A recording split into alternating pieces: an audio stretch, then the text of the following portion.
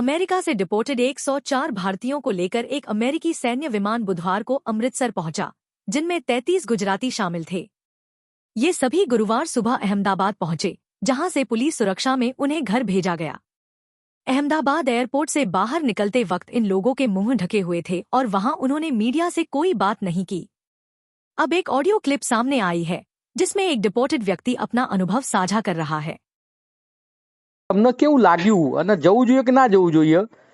એટલે જવું ક્યાં જોઈએ કે જવું કેવી જોઈએ? રીતે જવું જોઈએ? અમેરિકા કાયદેસર જવું ના જોઈએ કે ગેરકાયદેસર જવું જોઈએ? કેવું ના લાગ્યું સાહેબ, ખાલી? હવે હું તમને એ જ ખ્યાલ કરું છું હા. કે અત્યારે અમે જઈને આવ્યા અને અમારે જે 1 મહિના જેવો સમય પિરિયડ થયો હમ. રસ્તામાં, ત્યાં કેમ્પમાં 7 દિવસ જેવું હા. અમે બધું જોયું, તો અહીંયા આપણા દેશમાં જે સુરક્ષા જે અનુભવી એ ત્યાં બીજા દેશમાં આપણે ના અનુભવી, કેમ કે બીજા દેશમાં અમને થોડીક તકલીફ પડી, બાળકોને તકલીફ પડી, બરોબર, આપની અસુરક્ષા. મેક્સિકોમાં થોડીક ડર પણ લાગ્યો બીજા માફિયાઓનો, કેમ કે બધા રાઇફલો ગન રાખે, બરોબર, એટલે અમે થોડા ગભરાઈ ગયા હતા.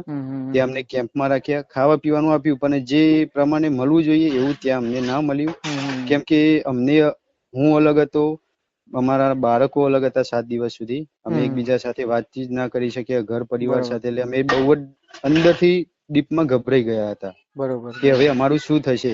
પણ અમે અહીંયા ભારત પાછા આવી ગયા એના પછી અમને થોડુંક શાંતિનો આમ શ્વાસ અનુભવીએ છીએ કે બસ અમે વતનમાં. એટલે હું તો એ જ કહું છું કે અહીંયા નાની નોકરી કે મરચું રોટલો ખાતા હોય તો એ ખાઈને જીવવું સારું, પણ બીજા દેશમાં જવું બહુ કઠિન કામ છે. અમેરિકન પોલીસનો વ્યવહાર કેવો હતો તમારી સાથે?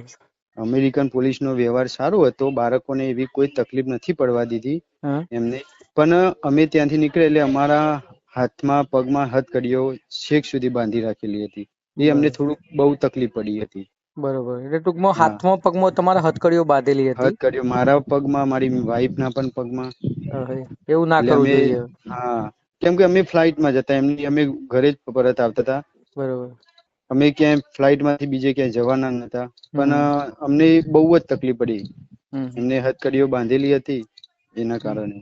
તમને ખોરાકમાં શું આપ્યું હતું જમવા માટે? ખોરાક ના, જમવા માટે તો એ અમને જમવાનું દિવસમાં 5 થી 6 વાર પ્રોવાઈડ કરતા, પણ 5 થી 6 વારમાં વેફર છે, સફરજન છે, પછી નાનો જ્યુસ છે, એવું જ આપતા. બરોબર. નોનવેજ આપતા હતા એવું કઈ છે બાબત? હા, એટલે નોનવેજ હતા, પણ અમે નોનવેજ ખાતા નતા, એટલે અમે વેજ માંગતા. પણ વેજમાં શું, વઘારેલા ભાત આપે, પણ એ કાચા ભાત હતા, એટલે અમે વધારે ખાતા નતા, કેમ કે એનાથી અમારું શરીરનું પેલું એ થોડુંક થતું હતું. એટલે અમે સફરજન ને જ્યુસ અને વેફર જ 7 દિવસ ખાઈને ચાલ્યા, અને છોકરાઓ એ પણ. બરોબર. અહીંથી તમે કઈ રીતે ગયા હતા અમેરિકા? અમે અહીંયાથી દિલ્હી થી પેરિસ ગયા હતા સાહેબ. હા, પેરિસ ના અમારે કાયદેસરના જ વિઝા હતા. પેરિસ થી પછી અમે મેડ્રિડ ગયા, અને ત્યાંથી અમે સાલ્વાડોર ગયા ફ્લાઇટ. બરોબર. ને સાલ્વાડોર થી સર અમે ટેક્સી, કાર, ટ્રક એ રીતના ફરતા ફરતા મેક્સિકો સુધી પહોંચ્યા. બરોબર. અને મેક્સિકો પહોંચ્યા, ત્યાં તનુજા બોર્ડર અમે ક્રોસ કરી. બોર્ડર ક્રોસ કર્યા પછી અમે US border security police force ના હવાલે થયા. ત્યાં અમારું બધું જ જપ્ત કરી લીધું, ફોન, બેગ્સ, હાથેના. એટલેથી મારો કોન્ટેક્ટ તૂટી ગયો, અને ત્યાંથી અમને કેમ્પમાં લઈ ગયા. બરોબર. એટલે તમને એજન્ટે જાતે જ કહ્યું હતું કે ભાઈ તમે આ રીતે પકડાઈ જજો, એટલે તમને રિફ્યુજી કેમ્પમાં લઈ જશે? હા, એમને જ જાતે જ કહ્યું હતું કે તમે કેમ્પમાં લઈ જશો. તમે કેમ્પમાં ગયા પછી કે 4-5 કલાકમાં છૂટી પણ જશો, એવું એ પણ કહ્યું. કેટલા પૈસા ખર્ચીને ગયા હતા તમે? અમે તો ખર્ચો કર્યો તો, પણ અમે આપ્યા નથી પૈસા.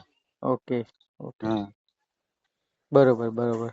જવું જોઈએ કે ના જવું જોઈએ અમેરિકા? ના સાહેબ, 2 હાથ ને ત્રીજું માથું, ના જવું જોઈએ. તમને સારી ગાંધીનગરમાં, અમદાવાદમાં નોકરી મળે તો પરિવાર સાથે નોકરી કરીને સારું જીવન ગુજારી શકો છો.